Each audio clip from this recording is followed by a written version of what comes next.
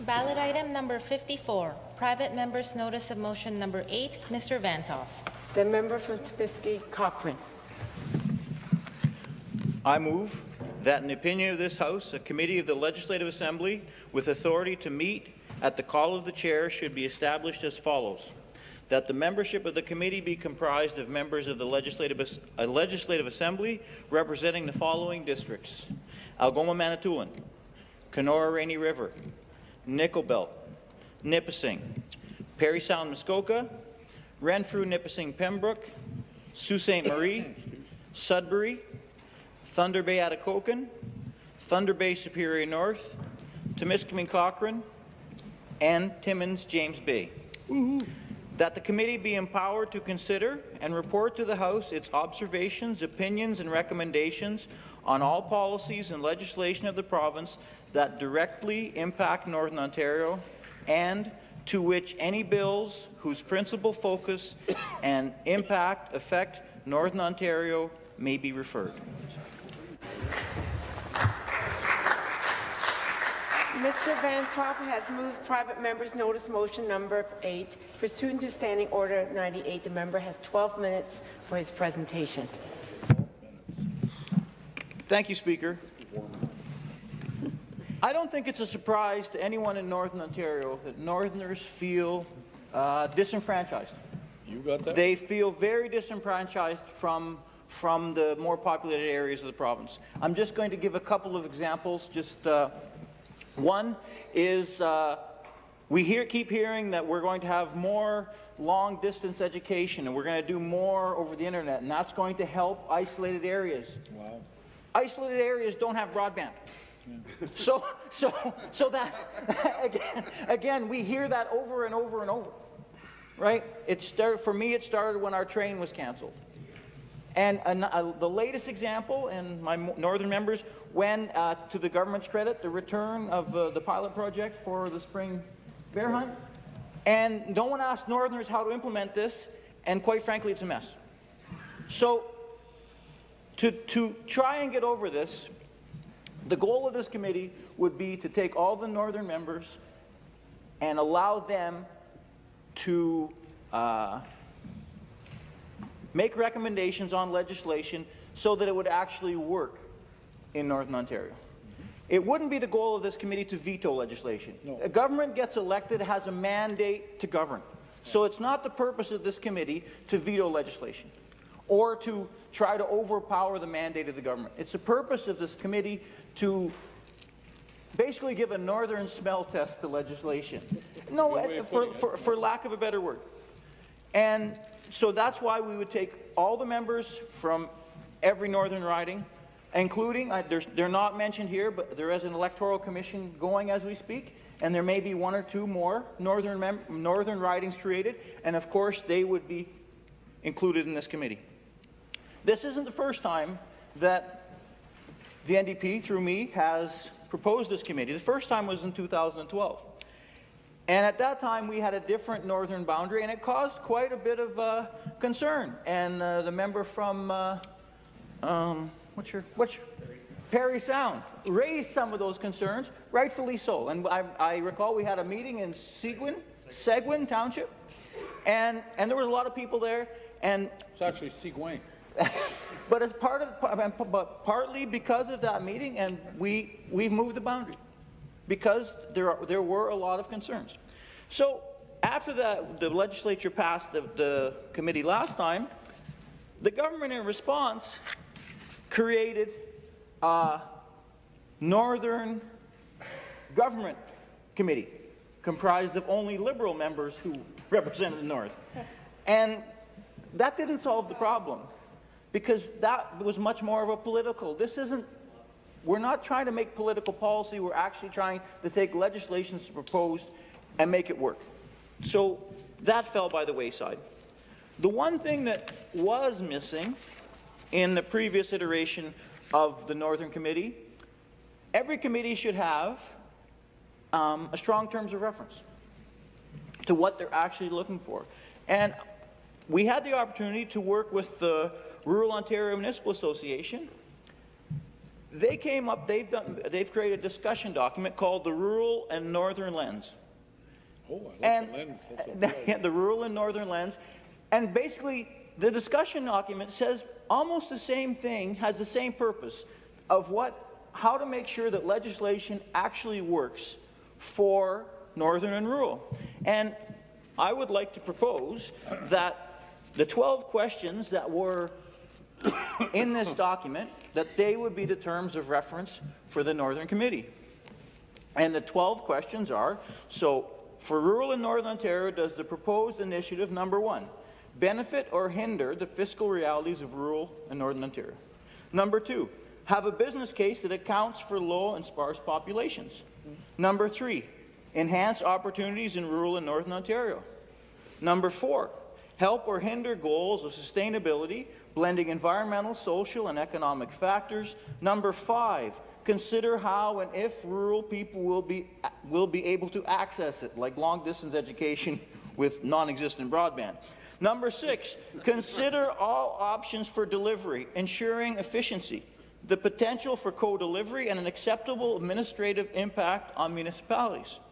Number 7, account for the needs of special populations, such as youth, elderly, and immigrants. Number 8, have adequate human and financial resources to be effective. Number 9, ensure that rural and northern communities are receiving equitable treatment or services related to others in the province. Number 10, recognize the geography, weather, and scale of rural and Northern Ontario. I'll be praised. And include adjusted program criteria to accommodate these realities. Number 11, accommodate the aspirations of residents from rural communities and the North. And number 12, build upon the input and advice of rural residents, communities, and municipalities.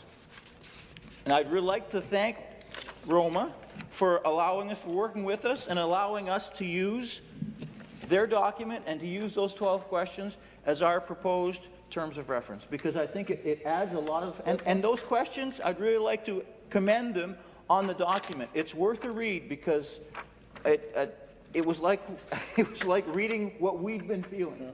And they did a good job. Specifically, I'd like to recognize the chair of Roma. It's Ronald Holman. He's the mayor of the township of Rideau Lakes. And I'd really like to thank them for their work. So, since we've been working on this for a while, we've gotten support from many townships and towns, and the one I'd specifically like to mention is the FNOM, the Federation of Northern Ontario Municipalities. And I would like just to read their letter into the record, signed by Alan Spacek.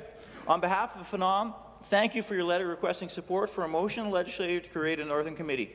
I am pleased to confirm that your request was supported at the regular meeting of the Board of Directors held on March 24th, 2017.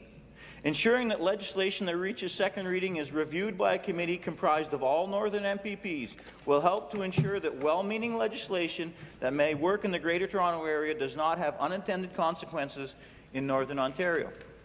FNOM also believes that the 10-point checklist outlined in the Rural and Northern Lens, which I just read, A Voice for Rural and Northern Ontario, as developed by the Rural Ontario Municipal Association, would be an effective guideline to ensure any and all legislation introduced would be both sustainable and beneficial for Northern Ontario. If you have any questions or require anything further, please do not hesitate to contact us. We look forward to continuing to work with you and your colleagues. Sincerely, Alan Spacek. And I think Alan also, he encapsulates it pretty well. It is not the goal, and I need to repeat this, it's not the goal of this initiative to take away the mandate of the government. You know, once a government's elected, they have a mandate to govern. The role of this committee is to make sure that the legislation works, because we have representation by population. And quite frankly, the vast majority of Ontarians don't understand rural Ontario, Northern Ontario, because they don't live there. And that's no fault of their own. If we had people from rural Ontario running a huge metropolis like Toronto, I think we'd make a mess as well. Oh, who knows? Maybe. But no, I but the don't one know. thing different from people from rural Ontario and Northern Ontario, we at some point in our lives always and have to go to bigger centers, whether it's for healthcare or enjoyment or entertainment, right? There's no Blue Jays games in Timmins James Bay, Unfortunately. but we all have at one point gone to major centers. And we're proud of them. I'm proud that Toronto and Hamilton and I'm proud that they're Ontario.